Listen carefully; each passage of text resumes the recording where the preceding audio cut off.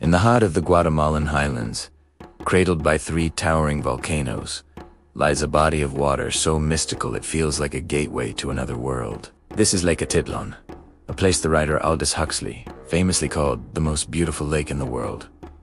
But its true magic isn't just in the shimmering surface or the dramatic landscape. It's in the people who call its shores home.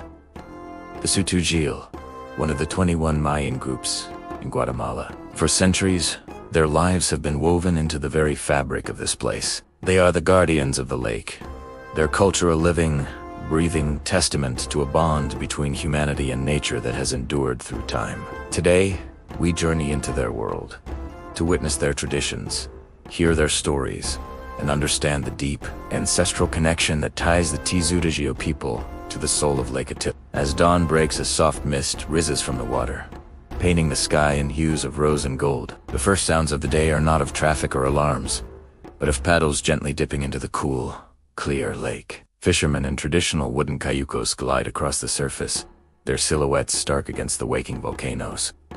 This is not just a job, it's a sacred ritual, a conversation with the lake that has been passed down through countless generations. They cast their nets with a practiced grace, their movements a dance that honors the lake's bounty. The Tz'utujil believe the lake is a living entity, a sacred being called Nimya, which means great water.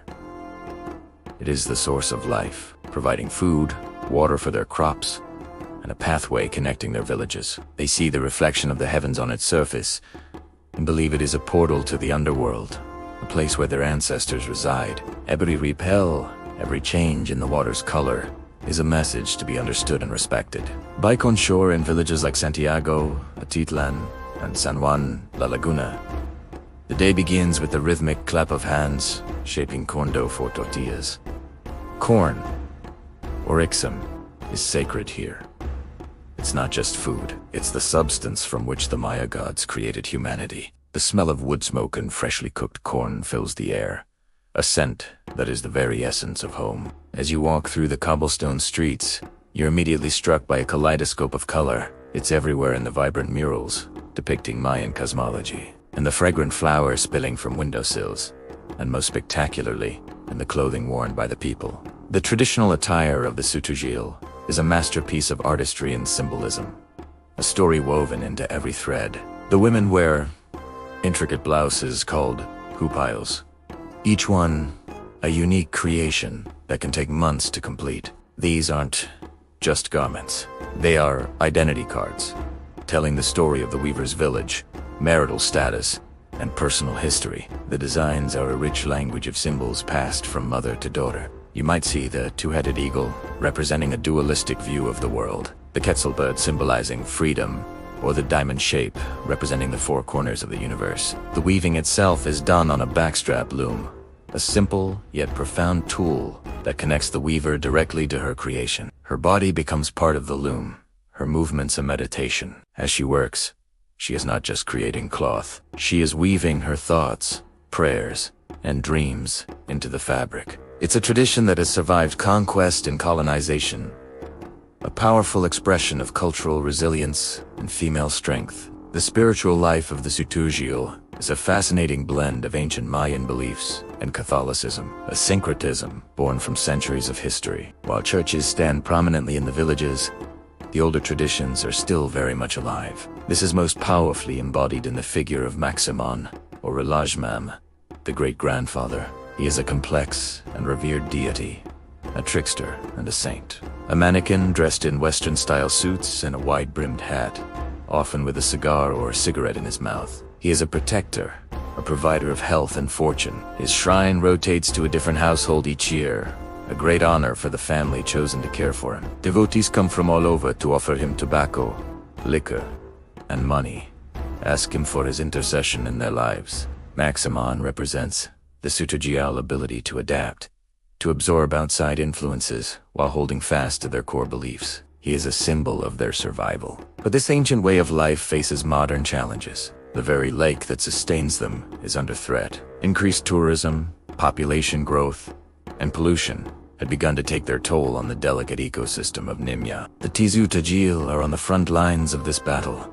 fighting to protect their sacred water They are implementing traditional farming techniques that prevent soil erosion, organizing community cleanups, and educating visitors about the importance of conservation. They are not passive victims of change.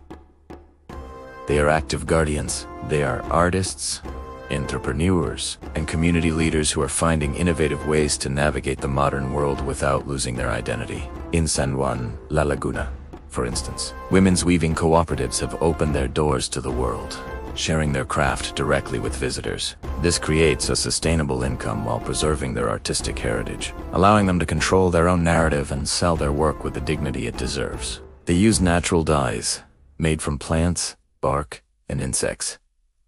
A process that is as much about chemistry as it is about tradition, reconnecting their art form to the earth itself. The children, the next generation, learn these traditions from a young age. They hear the ancient stories from their grandparents. They learn to weave from their mothers, and they learn to read the language of the lake from their fathers. They are growing up in two worlds, one of smartphones and the internet, the other of Mayan ceremony and ancestral wisdom.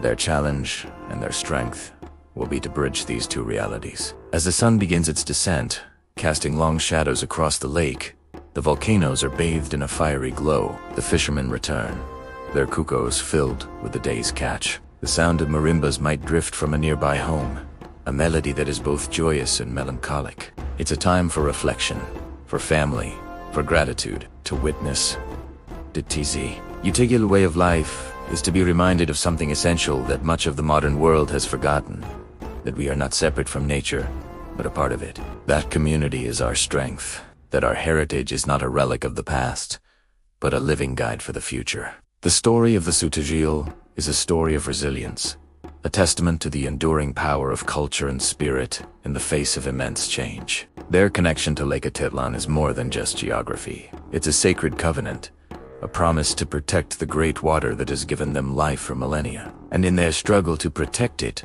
they offer a profound lesson for us all. Thank you for joining us on this journey to the shores of Lake Atitlán. If you were moved by the story of the Tz'utujil, people, please like, share, and subscribe for more stories from the heart of our world.